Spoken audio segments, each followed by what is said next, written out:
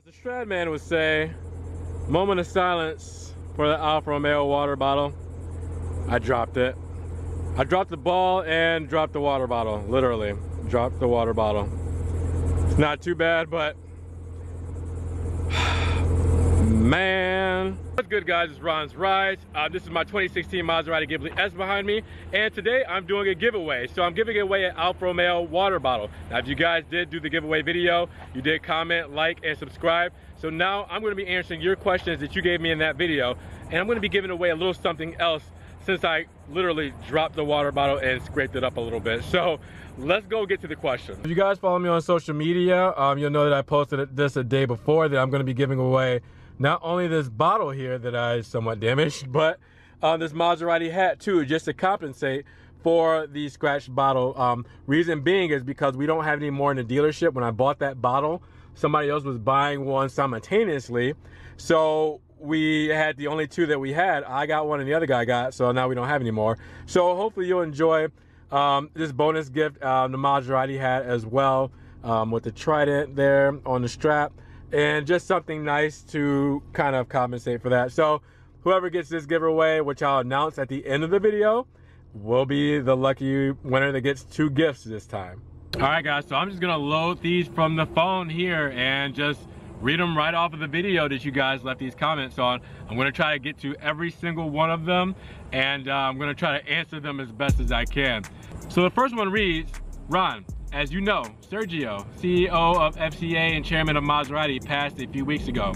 Today, Fiat Chrysler Automobiles and Ferrari, which has spun off during Mr. Marchionne's tenure, are worth nearly 10 times as much as they were when he took over. My question is, do you think that Sergio's successor will be successful in keeping the company moving forward, and with great new automobiles, that the company will remain profitable over the years to come? I'm really hoping so. Reason being, Sergio was a great man. We're responsible for a lot of Ferrari's, engineering and a lot of what Maserati is today. And with the big plans they had for the, the Alfieri and the new lineups, as far as going electric and stuff, obviously that's very controversial, but I want Maserati to succeed, and in order to succeed, they had to come out with something mind-blowing. They had to get people excited. Stuff like the GT replacement, for getting something like that. They have to do something that's really going to keep people in this market and keep people excited about the brand when it comes to these big car shows that are coming out, and Maserati just kind of being, yeah, we have some new things coming out, some refreshes, but stuff like the Trofeo and the GTS it's what's got people talking and keeping people interested in Maserati. So I'm really hoping so. What do you think created the Lord? If he is the creator of everything, how do you think he came about? And do you think his creator came about? The Big Bang Theory. That's what created all of this. Who did that? Who knows? I'm not gonna get too religious with it. I'm just gonna go with that. Hi Ron, is this contest international? Yes, it is. If you guys don't know, I've shipped stuff over to Europe a couple of times before. A couple of my subscribers, have won stuff. So yeah, international. What do you think is better, the Maserati Ghibli SQ4 or the Maserati Ghibli S? Well, since this is an S, I'm gonna probably be biased and say the Ghibli S. Love your videos. Do you realistically believe Alfa Romeo has to prove itself within USA to succeed? I know 3 friends and family members who recently bought Alfa Romeo Stevios, partially to do with your video reviews, which is really dope. Alfa brand is not well known within the US and many other enthusiasts. Can Alfa succeed if they don't market these cars as other brands such as Mercedes, BMW, Lexus do? If they succeed, what factor will it be by? That's tough. A lot of the clients that I have talk about Alfa, how they don't know anything about it. With it returning recently to the US, a lot of people are really interested in it and really curious, especially with the Motor Trend Car of the Year. I think Alfa does have to prove itself like it did with Motor Trend, and since it has, a lot of people are starting to take notice.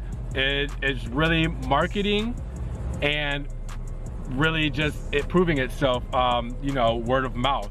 people are going to talk great about the brand if the brand is doing good things and if the brand is performing. So that means quality control. So if the brand is doing what it's supposed to be doing, it's going to market itself. Where do you see your YouTube channel going in a year? What motivates you to keep putting in the work? Love your stuff, and you are one of the reasons I snatched up a Julia of my own. Thanks. Well, that's dope. I always like to hear that people get these cars or come in a dealership and are like into the cars because I posted something about it. That's my main goal, and that's my motivation to answer that question, and that's where I see this channel going. As long as I'm putting out these videos and informing you guys about the cars and showing them off the best way I can, that's all I really want to do. I'm not trying to be a vlogger, a full-time vlogger, because that's just not that realistic for me, because I don't do that kind of content. I don't go to different places and post all these other cars. I'm in the business of showing off Alfas and Maseratis because that's what I'm closest to and that's what I'm familiar with. So why are the Ghiblis, petrol version, not diesel, in the UK allowed a 2-year gap for service for 12,500 miles? When in the USA, you have previously mentioned Ghiblis have an annual service of 2,500 miles. They are the same except your steering wheel is on the wrong side. And in the UK, 1 year is 365 days. Is a year different in the USA? Always seem the same on my trips over there. So pretty much the UK, I'm assuming you guys do 24,000 miles instead of the 12,500 mile gap. Can anybody back this up? Because I'm not sure. For here in the US, you have to get annual service done, which is every 365 days or 12,500 miles, whichever comes first. That is your yearly annual service. I'm not sure why it's different there, but I don't know. Somebody else answer this question for me. Maybe if anybody works in the UK Maserati over there, or anybody from Maserati corporate, if you can answer this question, definitely let me know or let us know. Ron, my question is, when the hell are the Maseratis gonna make you president of global sales? Peace. Well, thanks for that play on my intro, the peace.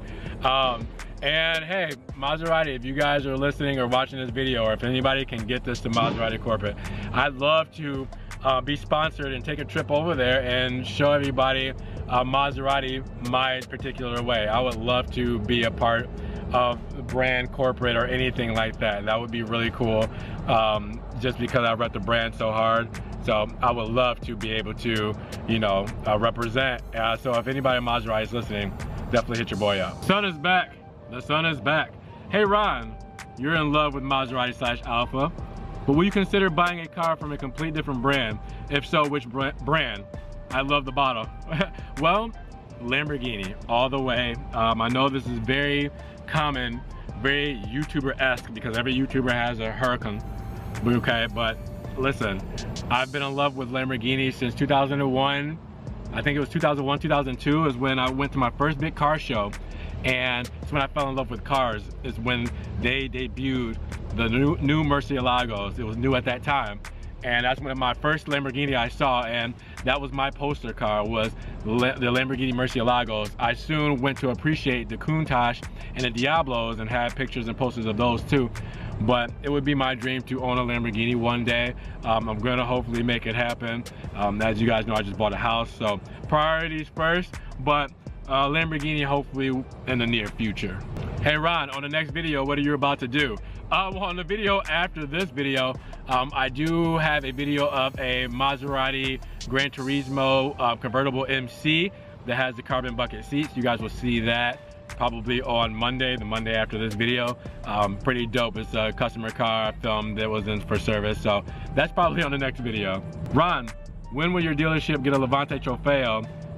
Will you do a full interior, exterior, and driving review like you did for the Portofino? Yes, I will. We have a Trofeo and a GTS on the way, or 2 Trofeos. I don't know, but I know we have a Trofeo on the way.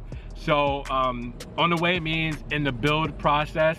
Not sure when it will be completed, not sure when it will get off of the boat and onto the port here, but very, I guess, unique situation with this because the US is getting the Trofeos first. So hopefully I'll get some of the good content out to you guys before anyone else does, but I'm gonna be all over that thing as soon as it gets unpackaged and to us and ready to go, I'm on it. Ron, what is the next step after your Maserati? Always enjoy your videos, keep it up. Maybe another Maserati, depending on the market I'm in, depending on what Maserati has out. I am not completely stuck with the brand. It's not like I'm going to continue to just get Maseratis. I definitely, like I said, want a Lamborghini in the future, but I would love to keep a Maserati in the stable, but still look at other brands. Maybe an SUV, but I mean, if I go SUV, most likely it'll be an Alfa Romeo Quadrifoglio and a Stelvio, because those are just incredible. Ron, what is your most expensive speeding ticket? You guys are going to think I'm calling BS, or you guys think I'm going to just be making this up. I've never gotten a speeding ticket. There's been instances where I probably should have gotten a speeding ticket, or just reckless driving from stepping on the pedal of this Ghibli S, but how can you not? But I've never been pulled over in this car, for one, which means I've never gotten a speeding ticket in this car, but overall, I've never gotten a speeding ticket. I'm not a super fast driver. I'll get to my speed, like my speedo fast, so say I'm going 20 and it's a 45, I'm gonna get to 45 quick and in a hurry. You guys know that. But I don't really exceed the speeding limits that often. So speeding tickets, I don't really have anything to report to you guys, knock on wood. Ron, what is your least and most favorite thing about working at the dealership? Least favorite thing is when I have to tell people that the car that they are hoping and dreaming for just isn't in range for them.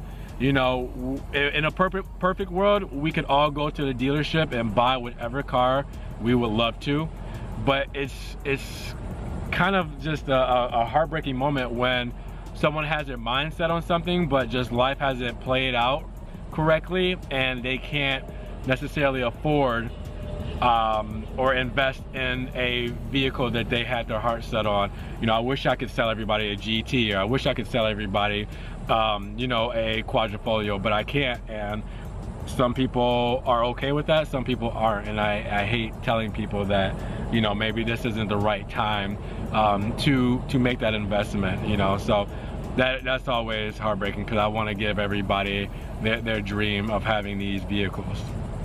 But the best thing is the opposite, vice versa. The latter of that is when people are able to get into their dream vehicles, and I'm able to be the one to provide that happiness to them and provide that experience and be the one that makes that happen. That is fulfilling. I mean, you don't get more pleasure in life than providing pleasure and happiness for others, you know. That's just something that you can't really take away from someone.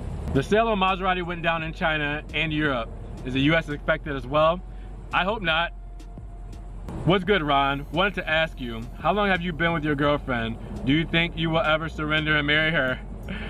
Thanks for the Q&A opportunity. I hope this isn't her that just made a YouTube account and asked this. We've been together about 3.5 years. We will get married. We did just buy a house together, so you know, one thing at a time, baby steps.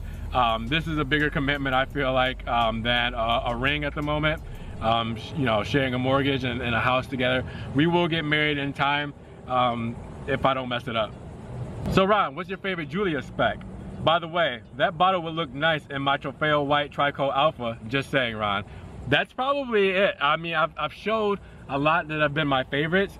Tricoat White, Sport, Red interior with the 19-inch dark hole wheels. All day long. Ron, what would you say is your biggest fear? Keep up the great work. I can't say failure in life, but I mean, you're gonna fail in life, so you can't be afraid of that. You have to take that head on. Failure's not it. I would say having someone depend on me and not being able to fulfill their needs, you know, not being able to feed my family, that is a form of failure. But when it's personal failure, it's different than when others are depending on you. This is why I do a lot of what I do, is because I need to take care of those who depend on me. So my biggest fear is not being able to fulfill that need. Do you think you'll get a Giulia Quadrifoglio? It depends. I would love the Stelvio Quadrifoglio because it's like the best of both worlds. To say that I have an SUV that does 177 and the 0 to 60 is 3.6 seconds, I mean, that's nice. If I were to get an SUV, what I'd want is a Trofeo, obviously, just because it's just crazy. But yeah, I don't know. I love the Giulia Quadrifoglio. I think I'd want something else as far as a daily driver play toy, and then get an SUV, a performance SUV as well. And since I want the Stelvio Quadrifoglio, I don't think I would do a Giulia Quadrifoglio and a Stelvio Quadrifoglio. You think it's a good idea to trade my Giulia Q4 for a Quadrifoglio? Depends. A lot of times trading isn't as easy as you think. If you have negative equity in the vehicle and you're going to a higher price vehicle, you have to account for that negative equity. The payments are going to be a lot bigger. And with the Giulias, they don't lease as well, so you have to finance it, and then you have to choose how long you want to finance it. So it depends. If you have the means to do so financially, by all means, because it's a different beast. The Giulias are great vehicles, but the Quadrifoglios on a completely different level. You are going to be completely blown away if you haven't driven one already. What car at your dealership would you suggest for someone that has a toddler and a dog, both with a ton of things to bring on a road trip? The Stelvio. The Stelvio has about 55.8 cubic feet of space when you have all 3 seats folded down. So you can put the dog in the back. You can have the toddler in the back as well, but just fold a couple seats down, or the toddler in the back with it. You have plenty of cargo space. That's a road trip vehicle. Maserati is pretty good for the Levante as well. I just don't know if you need something as sporty. And when the Maserati Levante is starting in the 70s, with the Giulia's highest spec being in the 55.6, if you look at the normal Giulias and not the Quadrifolios, I think the Stelvio TI, Stelvio base model, Stelvio Sport, those would be good vehicles to start with. Have you ever done a track day at Daytona? No, but I'm thinking about going there for a certain event coming up pretty soon. I'll keep you guys posted on that, because if I do make it, I don't want to spoil that surprise. Hi Ron, what's your favorite domestic car and model? Whew, that's tough, and I hope I don't get anybody upset with this one. You know, I'm really liking the Challengers, the Demons. Those things are incredible. Just seeing those, and I know they're not like everyday used cars, but like when I first saw them, I'm like, holy crap, those things look mean, they look evil. The size of the tires, the sound, you know. And I have that Challenger Demon video that I went and did a drive-in, and that one got a lot of love and a lot of hate, but those things are just incredible machines. It's something that you wouldn't think they would just be done by Dodge, and I'm not biased because my owner owns the Dodge dealership. That just, I don't know, they're just incredible vehicles, and since I was able to really experience them firsthand, it just, I don't know, yeah, I really love them. What is your dream car's garage? Dream car garage, I'm gonna probably name all supercars, but Maserati MC12, automatic given. I don't even know why I would, you know, I wouldn't say that. 50 built in the world, MC12. Pagani Zonda Cinque Roadster. We're gonna drop the top, blow the brains out. Roadster, the Pagani Zonda Cinque. Koenigsegg Agera, all carbon, and all carbon. Yeah, we're gonna do that. Ferrari LaFerrari. We're gonna do that in a Rosso paint. We're gonna do that. And let's see. You know, probably a Lamborghini Centenario. Now, you know, I talked about Lamborghini all the time. That is my poster car. I can't not have a Lamborghini in the stable, and a Centenario, I mean, that thing is on another level. So you're probably expecting me to say Bugatti. Yeah, I would love a Bugatti, but I think that these other cars just kind of hit a spark more than a Bugatti would to me. So I would say the Cinque Roadster, the MC12, the Ferrari LaFerrari, and the Centenario. Those those are the dream. Ron, do you think Maserati will ever lose its touch and become less exclusive? Are we already there? And the reason why I say that is Maserati is not as exclusive as it used to be. Reason being, cars have become more affordable. The line they've opened up. You know, it's not just high performance cars. You have cars like the Ghibli, and you have cars like the Quattroporte, which are somewhat in the affordable range. Now, obviously, they're not cars that are Honda Civics as far as affordable. You know, you're not paying $30,000 for these vehicles unless you're getting them used or something. And even if you're getting them used, you have to be able to afford maintenance. So people who would normally buy a $30,000 car wouldn't normally buy a $30,000 Maserati because they're getting, I guess, higher running costs. So as far as exclusivity, yes, they still have cars that are exclusive, and they're coming out with cars that are exclusive, like the GTS and Trofeo. Not everybody is gonna walk into a dealership and buy a $169,000 SUV. That's gonna be exclusive. They're not gonna make a ton of Trofeos because they're not gonna be selling a ton. Those are exclusive. The GTs, they're exclusive, you know? So you really, oh, did I spit on the camera? I think I spit on the camera and I have a little marking there. But yeah, you're definitely gonna have exclusive vehicles like the GT, like the Trofeos and stuff like that. Is it as exclusive? No, because it opened the market to people like me, and I'm very thankful that I can get the entry-level supercar experience with the Ghibli and still be able to be considered in the higher executive class, you know, luxury class, exotic class market, and be shown the ropes. Because, you know, introducing someone to these brands and letting them step in the door is only going to keep them around and have them aspire or work harder to get higher up in that chain. So that's what these cars do. You know, if you make them where nobody can afford them ever, you know, yes, they're gonna be highly desired, but you're never gonna really work as hard to get them because you don't even know what it's like to have them.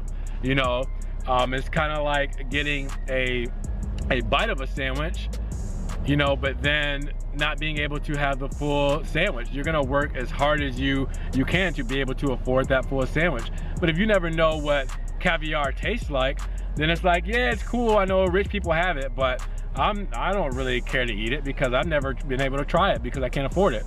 It's the same thing.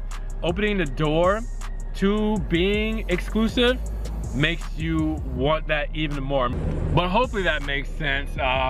You know, like I said, Maserati will always have exclusivity, but the brand itself is no longer completely exclusive, if that makes sense. A lot of Maserati questions for Alfa Romeo giveaway, but it happens to be that I'm actually giving away a Maserati product as well with the hat now, so it works out. But I believe that was all the questions. If I missed a question, I am very sorry. I thought I went over all of them. These are all the ones I can see. So hopefully I got all of them. If not, like I said, I apologize, but hope you guys enjoyed the Q&A. So I want to thank Carlos Diaz. You are the winner of the Maserati hat and the Alfa Romeo water bottle. Thank you so much for commenting. Thank you so much everyone for commenting. Carlos, I'm going to get in contact with you. You do have a Giulia, so that's cool. Hopefully you can sip that water bottle in your Giulia. I'm gonna get in contact with you soon, and I wanna let everybody know, thank you so much for supporting the channel. This is something I do for you. It's something I do because I enjoy it. And hopefully it's something I can continue doing.